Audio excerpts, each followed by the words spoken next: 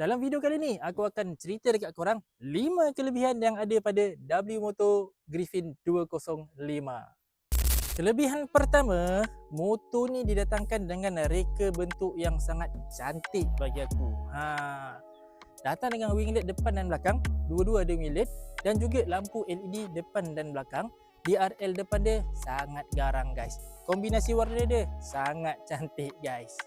Kelebihan nombor 2, harga dia sangat berbaloi. Harga yang dilancarkan cuma RM8,888 tak termasuk cukai dan insurans, dan dia bagi sekali yang korang jajan-jajan yang premium. Best gila tu. Ini adalah kelebihan yang ketiga.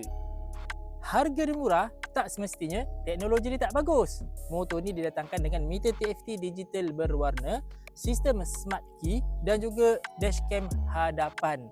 Kelebihan nombor 4. Ini antara yang best lah.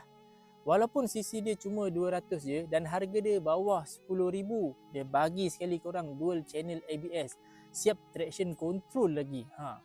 So untuk sistem keselamatan dan ciri-ciri keselamatan dia sangat berbaloi lah. Kalau korang nak ride waktu hujan kan, dia boleh stabilkan motor ni dengan traction control yang dia bagi pada W Moto Griffin 205 ni. Kelebihan yang kelima, tunggangan motor ni memang sangat selesa. Seat height dia cuma 790mm. Aku punya tinggi 1700mm. Bila aku duduk, full kaki dekat bawah. Kalau korang pendek sikit daripada aku, boleh naik juga motor ni. Untuk perjalanan jauh, motor ni dilengkapi dengan sistem backrest kat belakang sini lah. So dia boleh support punggung dan pinggang korang tu. Tak adalah penat sangat nak jalan jauh tu. So itulah tadi 5 kelebihan yang ada pada W Moto Griffin 205 ni. Kalau korang minat motor ni, korang boleh dapatkan di Itiong Motorsport Setapak. Kontak nombor dan alamat nanti aku letak kat bawah lah.